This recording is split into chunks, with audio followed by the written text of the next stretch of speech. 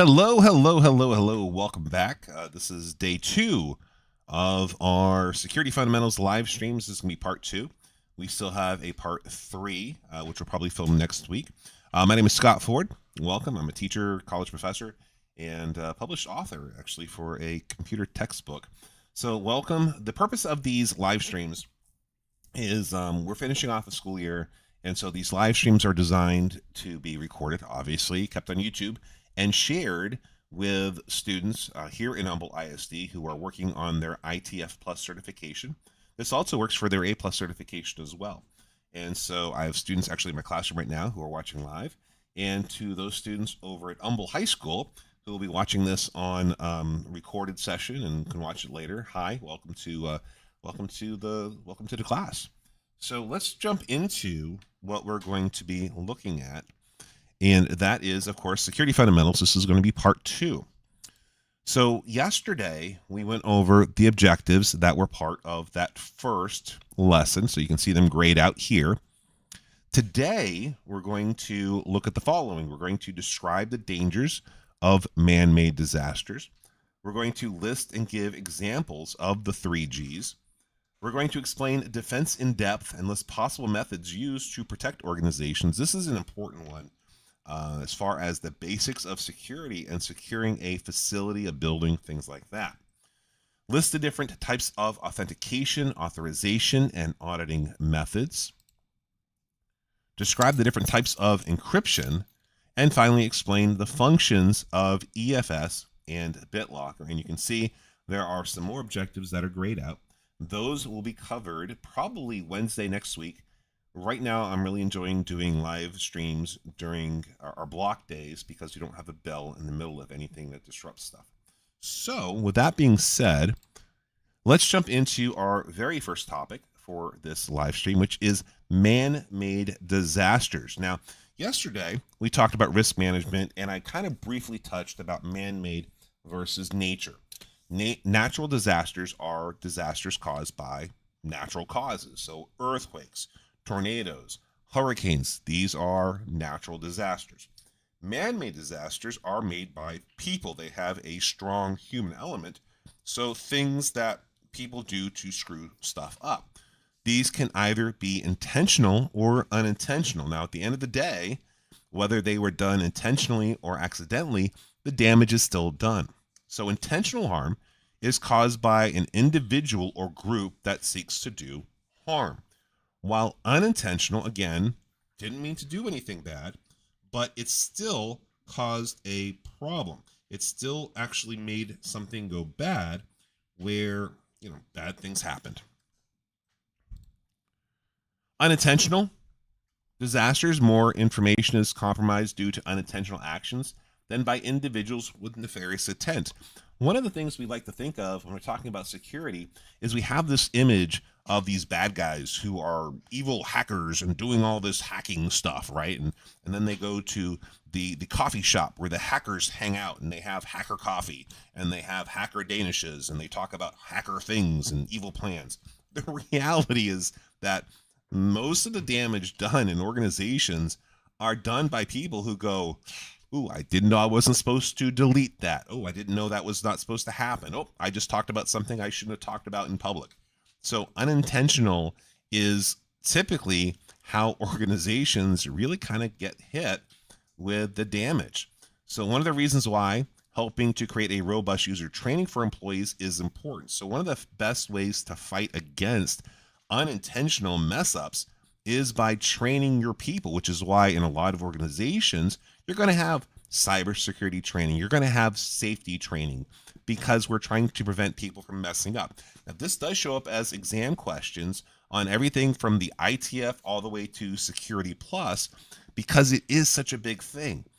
The best way to fight against unintentional damage is by training your workforce, by teaching them, hey, don't click on this link, don't click on that, don't, throw in a USB thumb drive into your computer that you don't know where it came from. So training is important, but it has to be, of course, effective training, not just some slap together, crappy training that you paid the lowest bidder to have for your organization.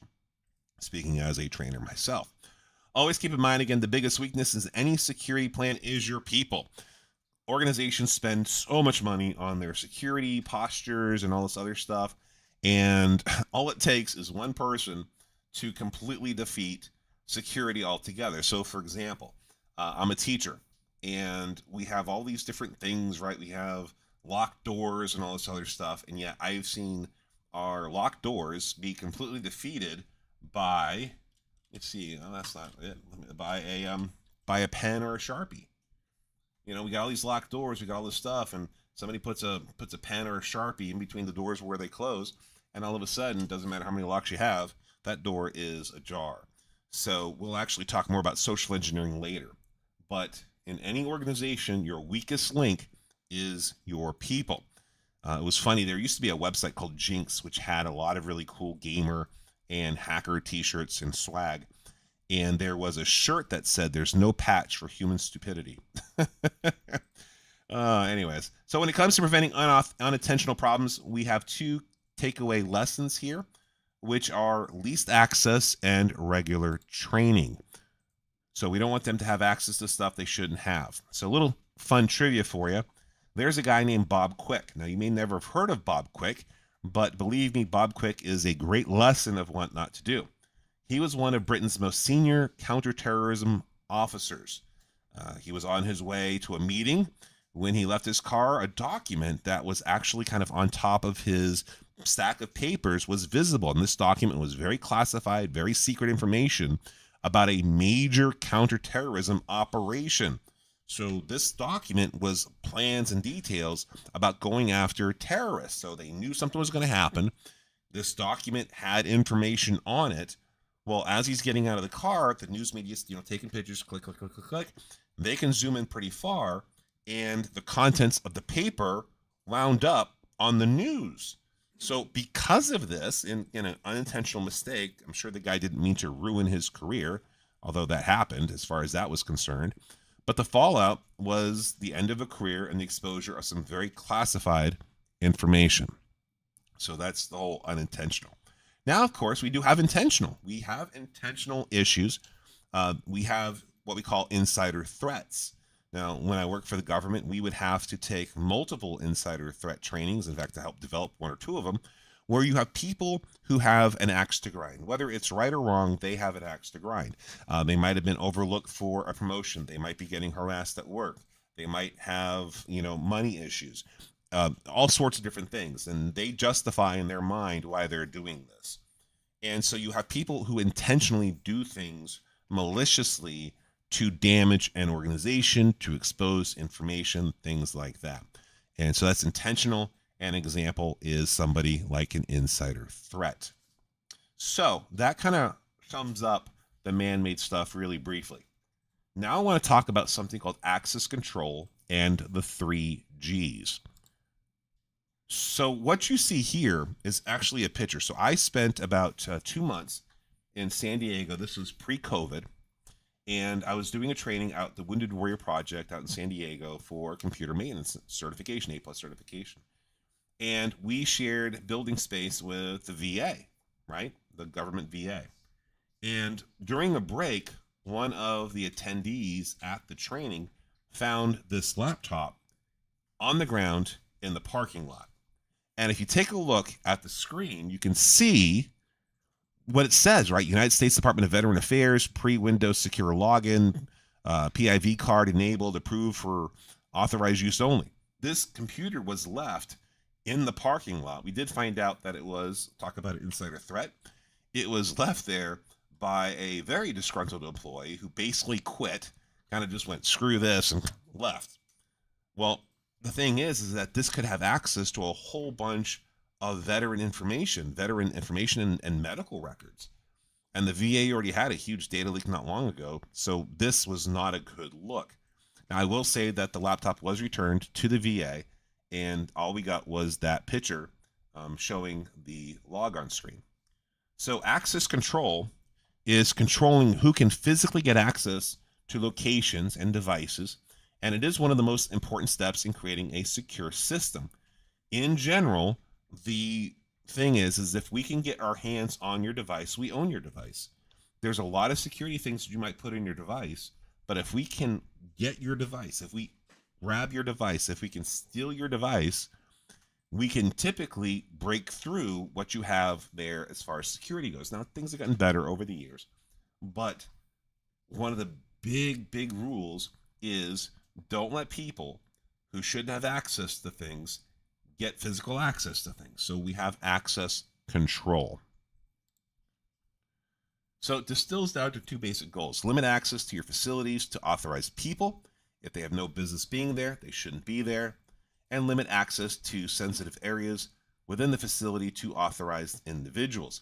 So even if people are supposed to be in the building, do they really need access to everything in the building? And the answer to that in many places is no. So keep people who shouldn't be in there at all out. And the folks who are in there, do they actually need access to those areas? So basically what we're saying here is to keep people out of areas that they shouldn't be in.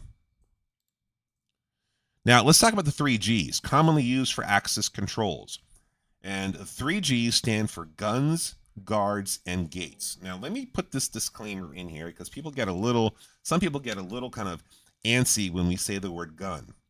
This is Security 101. This is not me coming up with some clever comment about the 3Gs. This is standard Security 101. Okay, and they are guns, guards, and gates.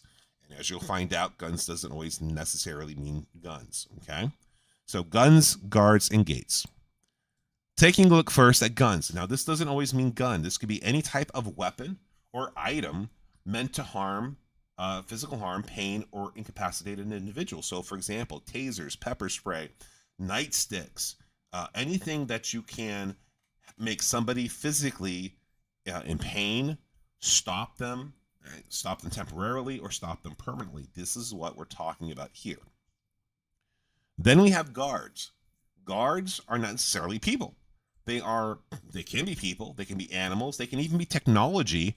For example, cameras that keep an eye on perimeter and facilities. And we don't even need a human at the other end of it, especially as we're getting more and more advanced. But motion detectors, things that make sure people aren't going places that they shouldn't go to. So guards could be a person walking the perimeter, closed circuit television, video surveillance, military personnel, law enforcement, motion detectors, animals, all those things.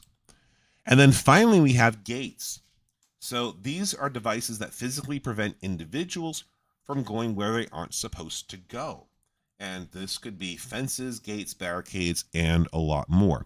So this is what we're going to build our access control around, right? The 3Gs, guns, gates, and guards.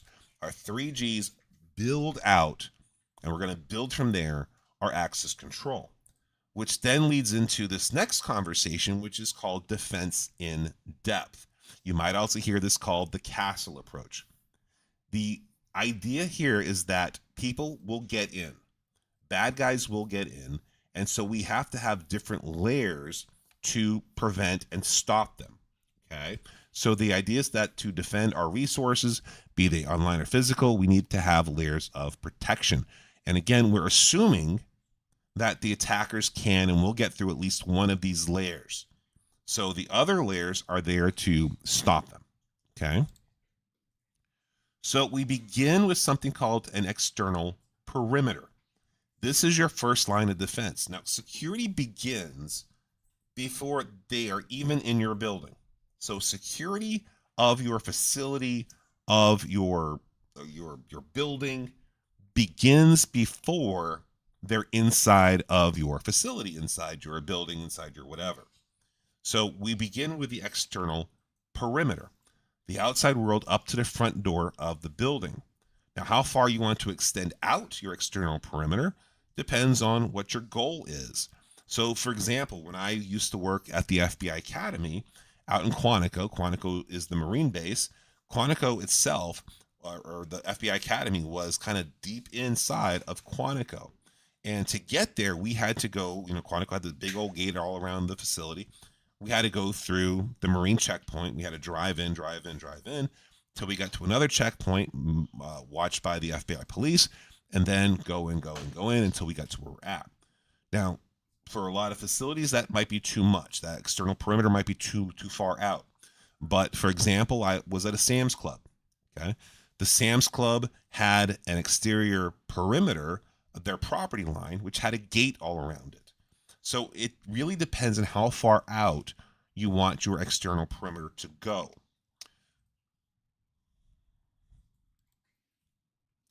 Now, before I continue on to talk about the internal perimeter, I always like to think about schools because, I'm a teacher. If you're a student, or if you have a student in your family, the next time you go to a school, try to keep an eye out for this. Take a look for the external perimeter. What are our 3 Gs? Guns, gates, and guards, right? Do you have gates? Is there something that limits access to a property? Is the property clearly delineated? Do you have a fence around the external part of the property where you have point of entries? That would be your first step. Do you have guards in your external perimeter? And again, this doesn't have to necessarily mean a person outside with a gun. It could be cameras facing out to the parking lot with somebody monitoring them on the inside. Okay? So these are things to start looking at. When you get into security, you have to start to take a look through a different perspective. You have to take a look kind of through the eyes of a bad guy. If you were going to launch an attack, what are the vulnerabilities? By seeing the vulnerabilities that could be used and exploited, you then come up with plans to get rid of those vulnerabilities as much as possible. Okay, so this is why people don't invite us to parties. All right, so internal perimeter. This starts at the entrance to the building. So they have gotten to your front door. A person is at the front door. What precautions do you have in place to either keep them from entering or make sure they don't get past the lobby? Now, some security mechanisms could include locked doors. You might have badges. You might have man traps. You might have security personnel in the lobby, an elevator that people need to badge in to get to specific floors. So I did contract work for a very large oil and gas company here in the Houston area. Their external perimeter wasn't that great just because of the nature of the property line, right? Because it wasn't a big field. It was in the city of Houston, downtown Houston, so there wasn't a lot of, space in between the building and their property line. But their internal perimeter was incredibly sophisticated. You would walk in, they had armed guards inside.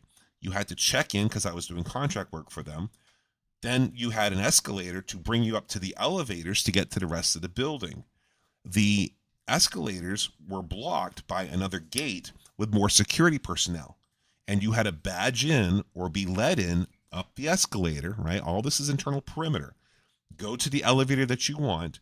You went up to whatever floor you needed. When you got off at the floor, the doors to the rest of that floor were also locked. So you had to badge into that particular floor. Perfect access control, right? We got our 3 Gs. We have our access control of as far as should you be in the building? Well, yes, you should. But do you need access to the entire building? Well, no, you can't.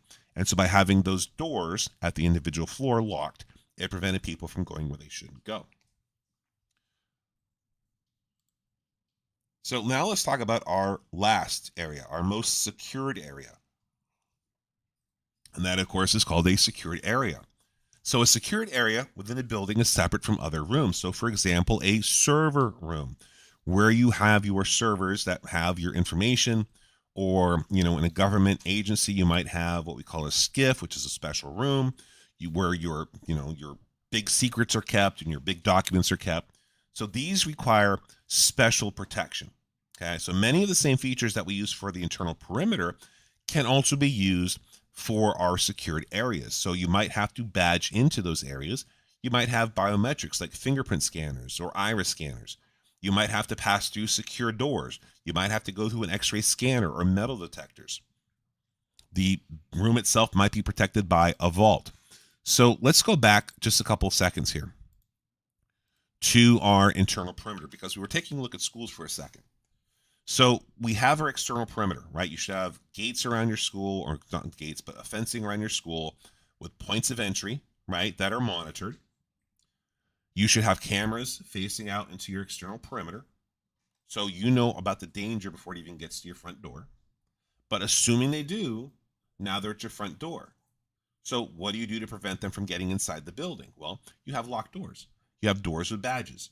You have what we call man traps. Man traps only allow one person at a time to prevent tailgating. We'll talk about social engineering in part 3. So you have all these different things internally. You have monitoring devices inside. You have cameras inside. You have guards inside. Then you also assume that these people are going to get into your secured areas. For example, a classroom. So how are we protecting a classroom? This is where you have the door locks. This is where you have your lockdown drills, things like that. Okay. So a security posture, a good security posture, takes all 3 of these things into account. When you focus on one and not the other 2, well, you're missing basic security 101. Okay. So let's continue on. Physically protecting computers. So we have servers. All right, servers are, again, our most expensive computers. They're handling the workload of requests. They should be in a secure, well air-conditioned room. These things start to run a little hot, and we don't want people touching these things that shouldn't be touching them. Only people who will be working with the servers or on the servers, like network admin, need a key to that room. You don't need to give a key to people who, just because of their title, they might be in charge. Unless they're working on that server, they shouldn't be in that server room. So monitor who enter and leave the room with cameras and timestamps when the door is opened. If you are in a small business, you may not have a dedicated server room. Maybe you have a closet somewhere or some other area where you are kind of doing double duty. Again, you're trying to secure that room as much as possible, and also make sure that you have good airflow in that room. Now, I will say we had a bunch of students who got to see a server room one time, and the server room was in a very unlocked room. The door wasn't locked. Anybody could go in there, and it was hot in there. So it wasn't air conditioned. It wasn't secured. This is bad safety. This is bad security. Okay. Door should be locked. Room should be air conditioned, and you should know who goes into and out of that server room, because as I debrief my students, it wouldn't have been that hard to attach something to start stealing data and start stealing information and all sorts of nasty stuff. So you need to protect your server rooms. Now at home, okay, let's talk about home. Let's move just away from computers and stuff and just talk about security at home. So computers, high-def televisions, game systems, expensive things, right? Things that are cool but expensive, you want to protect them. So you really shouldn't have them being displayed through windows. One of the things that you have to keep in mind is that theft, burglary, is typically people want the highest reward with the lowest amount of risk. You have to be insanely stupid or have a personal grudge to risk breaking into someplace, to risk breaking into somebody's home for a high risk and low reward. You want to know there's a payoff, right? You need to know that it's worth the risk. So why confirm for the bad guys that, hey, look, if you break into this house, you're going to get that computer, you're going to get that laptop, you're going to get that guitar, you're going to get that PlayStation. You don't want them to know what you have. You don't want them to know that, hey, my house, my property, my apartment is worth the risk of getting caught, getting arrested, or getting shot. I mean, we do live here in Texas, okay? So keep your expensive items away from the window. Don't let them see that stuff. So consider moving these items away from the window or closing the blinds and pulling the curtains. This is especially important if you live, for example, in an apartment complex where you might have high foot traffic outside your window. Bad guys also check the trash in neighborhood, especially true during the holiday season. So watch out what you throw away. If you have high ticket items, so for example, let's say that you get a brand new high def 60-inch plus television, you don't want to leave that box out in front of your house for any long period of time, because now again, you're conferring to the bad guys that, hey, you have something. Something that happened to me, which was kind of disturbing, kind of sad, is both my parents passed away. Was about 2 or so years ago. And when my father passed away, he was the last one to go. I wound up living in South Florida for a bit while I was cleaning out the house. I was there like for 4 months or so, cleaning out the house and getting rid of all sorts of junk. And death, people dying, is public record. So you have these people out there, usually bottom feeding evil people, who watch who dies, who pays attention to the obituaries, pays attention to the death notifications. And they go by their houses, they go by their properties. They're looking for easy targets. And one day I was taking out the trash because I was just cleaning things out. And I went out to dinner and I came back to the house and I noticed the trash looked funny. What's up with that? So I went over to the trash cans, and sure enough, and when I pulled up a bag, everything kind of fell at the bottom. Well, the lawn guy who was doing work there had worked for Waste Management for years and years and years before he went to a business himself and started running his own lawn care company.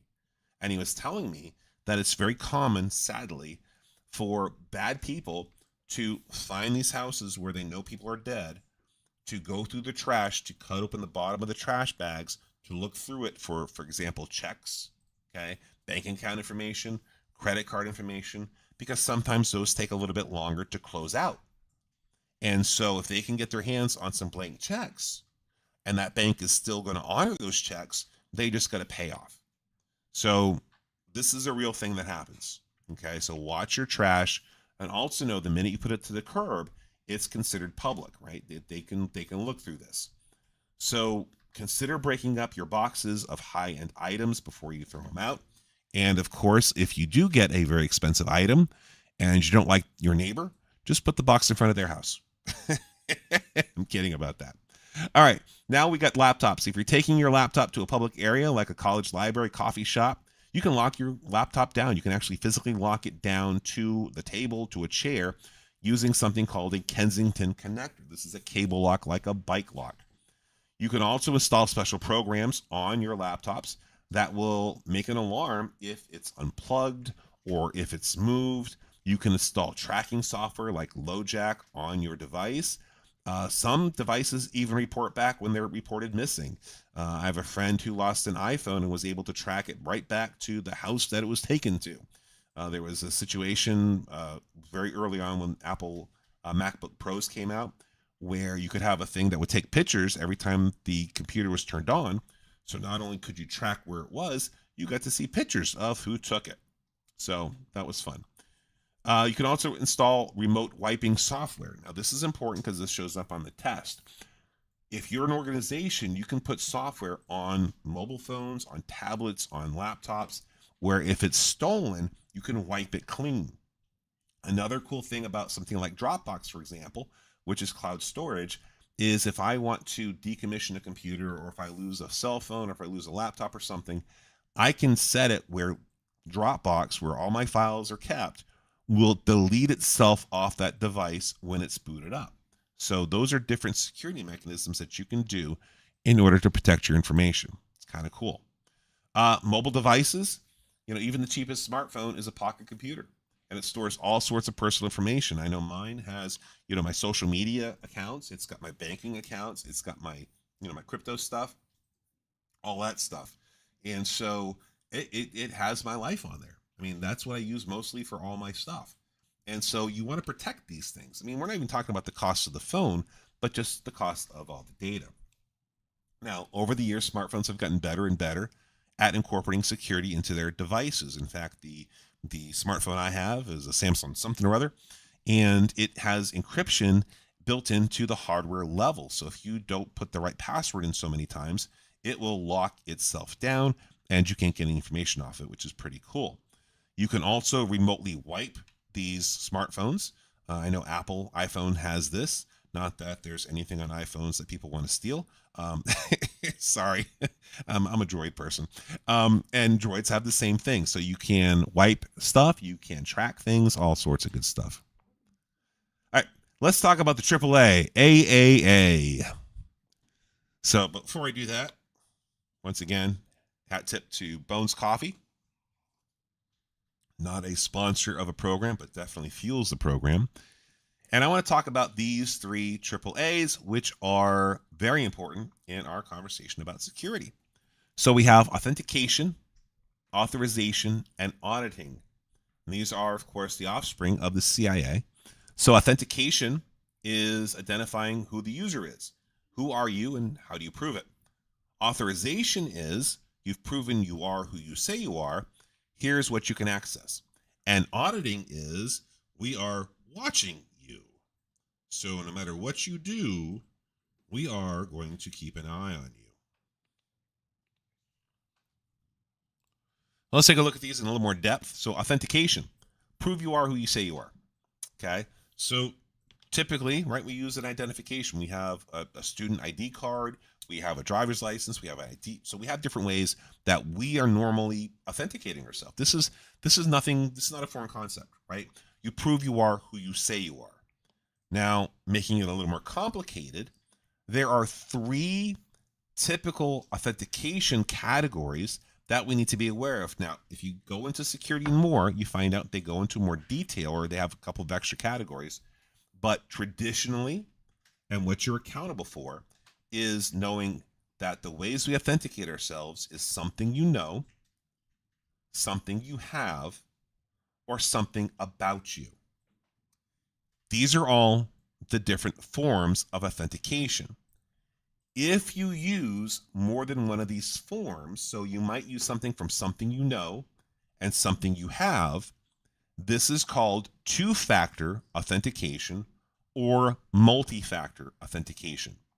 You might even have something that asks you something you know, something you have, and something about you to authenticate yourself. And here's the thing.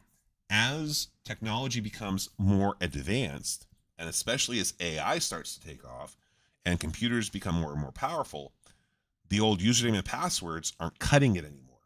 So we're seeing more and more organizations bring in multi-factor authentication. Sometimes you don't even have a choice in the matter. You're going to do this or you're not going to use this software or this platform.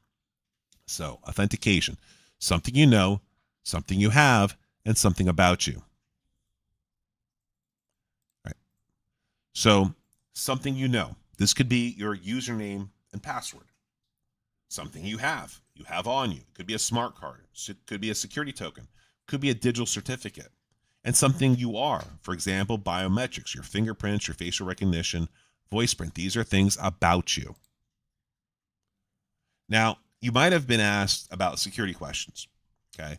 What's your mother's maiden name? Where'd you go to school for college? Who's your best friend? Oh, and there it is. I should have said it. PowerPoint will crash at least once. And there it is. Of course, so just give me time here for a second while I get this going again. There you go. So you get asked these security questions, right? What's your best friend's name? What's your favorite music? Whatever. With social media and the fact that we share so much on social media, finding answers to these questions are not as hard as they used to be, right? Knowing your mother's maiden name was very difficult back in the day until your mother started posting on Facebook, okay? And they might have their married name and their maiden name right there on their profile. So mother's maiden name is no longer the be-all, end-all of security questions, nor is who's your best friend's name, because all we got to do is look at social media and we can find out, okay, you were friends with this person for the longest time. Maybe that's your best friend. So what security experts are telling us now is to lie on your security questions. So if you're asked, what's your mother's maiden name? Jojo the Dancing Kangaroo. Who's your best friend? Jojo the Dancing Kangaroo. What's your pet's name? Jojo the Dancing Kangaroo. Okay, you can lie on these. There's nobody out there who's, I know you probably spent your entire life, your parents and your teachers telling you don't lie, don't lie, don't lie. I'm an Aggie. We're not supposed to lie or tolerate those who do. However, There's an exception, and that is your security questions. You can lie all you want, but remember the lie you told. Okay. So, what's your mother's maiden name? Okay. Make up something. And you don't have to use a different answer, right? It doesn't have to be a person's name. If you want to make a lie, you want to keep using the same lie answer, then go for it. Okay. Just make sure you remember what the lie is. Makes it harder for the bad guys to get answers for your security questions. So the other thing that we know is passwords. The number one way, as much as 30% of the time hackers get into protected systems, isn't through a fancy technical exploit. Okay, people tend to think that hackers have to be some amazing technology geniuses, when in fact it's usually preying on human stupidity. Okay, Kevin Mitnick, one of the most famous hackers ever, who passed away not long ago, it was even on record of saying just how much of his hacks were based off of social engineering and hacking people basically. So guessing passwords is how most of the bad guys get access to our information. So here are some general rules on passwords. This is stuff that you should know, not just for a test, but also for real life. First of all, avoid any word that can be found in a dictionary. Now you might say, why? Because there's something called the dictionary hack or attack, where a program will throw literally every word that you can find in a dictionary against the target system, because maybe one of those words is the password. So never use a word that you can find in a dictionary, because, and by the way, it's not a slow process either. It's not like a dictionary attack takes weeks and days. We're talking minutes and seconds. Computers are fast. Okay, so just be aware of that. Do not keep a copy of a password where others can see it. Now, I'm a teacher, right? So, of course, I keep all my passwords on a Post-it note, and I have it underneath my mouse pad because nobody looks there. Don't tell anybody. So, everybody knows that. So, don't keep a copy of a password where others can see it. And yes, everybody knows you probably have a house key underneath the welcome mat. Never give passwords to anyone for any reason. Don't give your password out to anybody for any reason. No system admin is going to ask for your password. They can take over your computer. Now, I teach high school and college. I've heard students, and I've had students ask me, well, my boyfriend wants to know, or my girlfriend, we don't keep secrets and they want to know my password. No. Don't give your password out to anybody, period. Okay? If my wife doesn't know my passwords, I just tell her, random words. I'm kidding. Honey, if you're watching this, those are my real passwords, I promise. I'm in trouble tonight. Mix upper and lowercase letters. It's amazing how much more complicated this gets. If you mix upper and lowercase letters, it actually adds a lot more complexity to the password. Add numbers and special characters. Now, everybody knows the @ sign is used as an A, and everybody knows the $sign is used for S's. So become a little bit more original than that. Okay, but if you use special characters and numbers, it actually, again, complicates the entire password process. Do not use same passwords for all your accounts. This is called password reuse. This is well known. Don't do this. This is a huge problem. Do not use birthdays or names of loved ones. For example, people and pets. This is also not something you want to do. They're easily guessed. Do not access password protected accounts open Wi-Fi networks, because we can steal them. And use at least 8 characters in your password. The more, the better. So a little bit of more information for you talking about password reuse.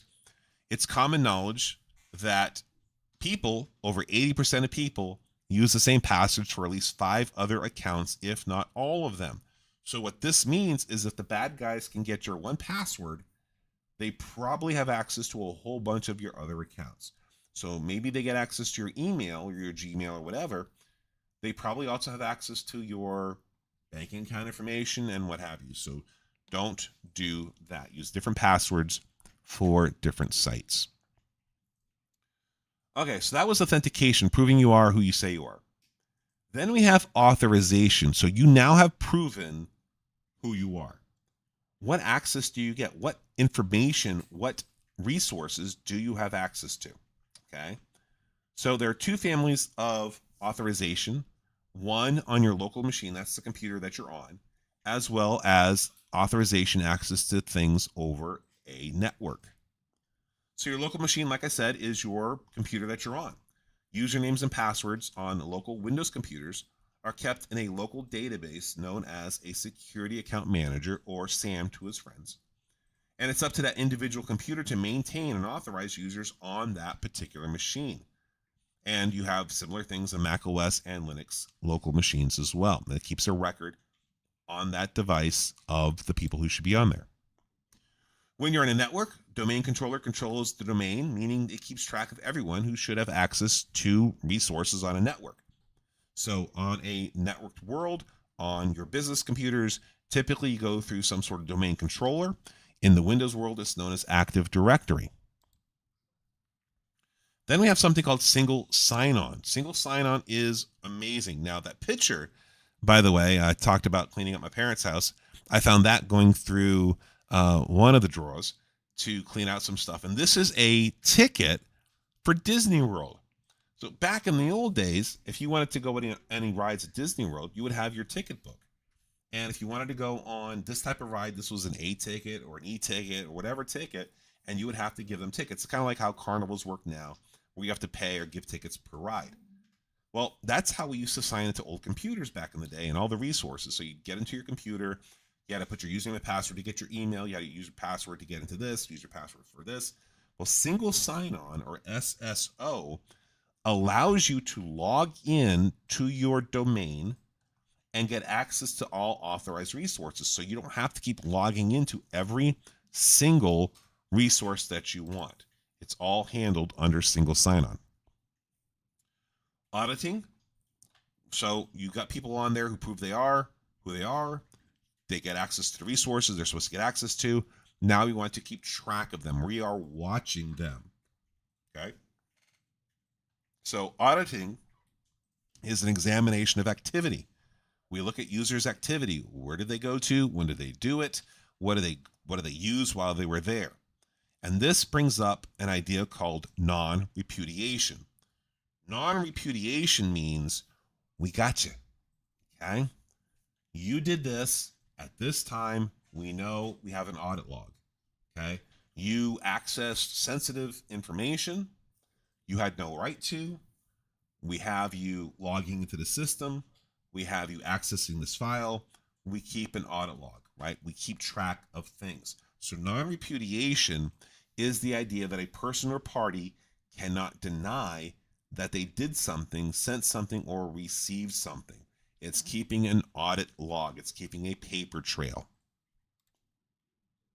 All right. How are we doing so far? Okay. A lot of stuff being thrown at you. Basics of security. By the way, if you like this, there's an entire certification out there called Security Plus that you can pursue. It's kind of cool. It deals more with best practices than with actually configuring anything or stuff like that. Which, by the way, reminds me, I forgot to say this before we began, but we have a Discord server. If you want to join us, Mr. Ford's Discord server, you're more than welcome to join us and join other students who are also in there. All right, let's talk about keeping secrets secret. And that is through something called encryption. So encryption helps protect data even if it falls into unauthorized hands. We have it encrypted. So basically what encryption does, encryption's older than computers. Okay, it's older than the United States. It's older than most countries. Encryption is you have access to information, right? You've taken information that was never meant for you.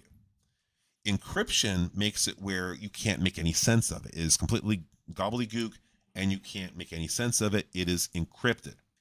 And encryption falls within the science of cryptology. Cryptology is the study, ology means study of, the practice of protecting communication from unauthorized parties. People have been creating secret messages and trying to keep people's prying eyes off communications for a very, very, very long time. Encryption is the process of turning data into a format that unauthorized users can't read. Decryption is when you take that data and you turn it back into something that you can, in fact, read. So to encrypt data, we need an algorithm. That is a mathematical magic thing that converts the data into meaningless information for people who don't have a key in order to decrypt the information. A key to the password is to decrypt the data. We have something found on Windows systems. Windows uses NTFS as a file system. I have other videos talking about file systems. So if you're not familiar with what NTFS is, you can go look those up. But encryption file system, or EFS, is built into NTFS file systems where you can encrypt files and folders on the fly. It is tied to your user account. So here is some basic encryption on desktop. What you do is you right-click the folder, go to properties, and we have our second crash of the day. So that's fun for me. Let me give it a second here. Find the perfect sound effect. So hold on, here we go. Come on. I need to trace down why that crashes. It's something with streaming that causes this, and I'm not sure. And by the way, we're almost done. We only have 4 slides left, and then we are done with the presentation. So just hang out with us just a little bit longer. We'll be there. All right. So we can encrypt data on our computers. Again, EFS is very simple to do. You have to have NTFS file system, which you should have anyways. This does not work on home versions of Windows. So if you go and try this on a home version of Windows 10, this will not work, which is why I tell students, and I did a video about this on another, actually we did this video, I believe, in one of the lessons we did, where we talked about VirtualBox and running a Windows 10 install there. So if you want to play with this, do that. You can see it all you want. So if you have data that you use with EFS and you move them to a FAT or FAT32 formatted USB, you're going to lose it. So if you have a USB drive and you have your EFS on a file, the minute you move it from an NTFS volume to something with FAT32 or exFAT, that thing's gone. So what you want to try to do is you want to try to use BitLocker to go for USBs. That will keep it safe for you. Mac OS users or Mac users, you have this program right there. You have FileVault, which can take care of it for you. Okay, well, not FireVault, that should be FileVault. That's FileVault right there. Okay. BitLocker. BitLocker is a very powerful encrypting program introduced in Windows 7 Ultimate and Enterprise Edition. That's not important, was introduced, but just know that is a very powerful encryption software. It can encrypt your entire drive, and it's not enabled by default and must be turned on. And like I said a second ago, if you want to encrypt your information on USB drives, look at BitLocker to go. Okay, that wraps up part 2 of our presentations as far as security. Part 3, which will probably be done next week, is when we get into some of the nasty stuff, the malware that's out there, the social engineering that's out there, the bad things that make people have really bad days. And so that'll be part 3 coming next week, probably film it Wednesday or Thursday. We will also be filming more live feeds for the A+. So far, the feedback on these has been pretty good. Also, what's really cool is you can pause it and rewind, pause it, rewind. You also have closed caption, which can be done in different languages, by the way, which is pretty cool. So I hope you enjoyed the video. I hope you're enjoying these live streams and that you're learning something and you're getting ready for the exam. Don't forget, we do have, like I said, our Discord channel. I would love to hear from those of you out there who may not be in my class. Just feedback on how you're doing, how the test is going. Are you getting certified? And just that kind of stuff, right? So anyways, that's all for me. So I am going to quit rambling on, put on the exit music.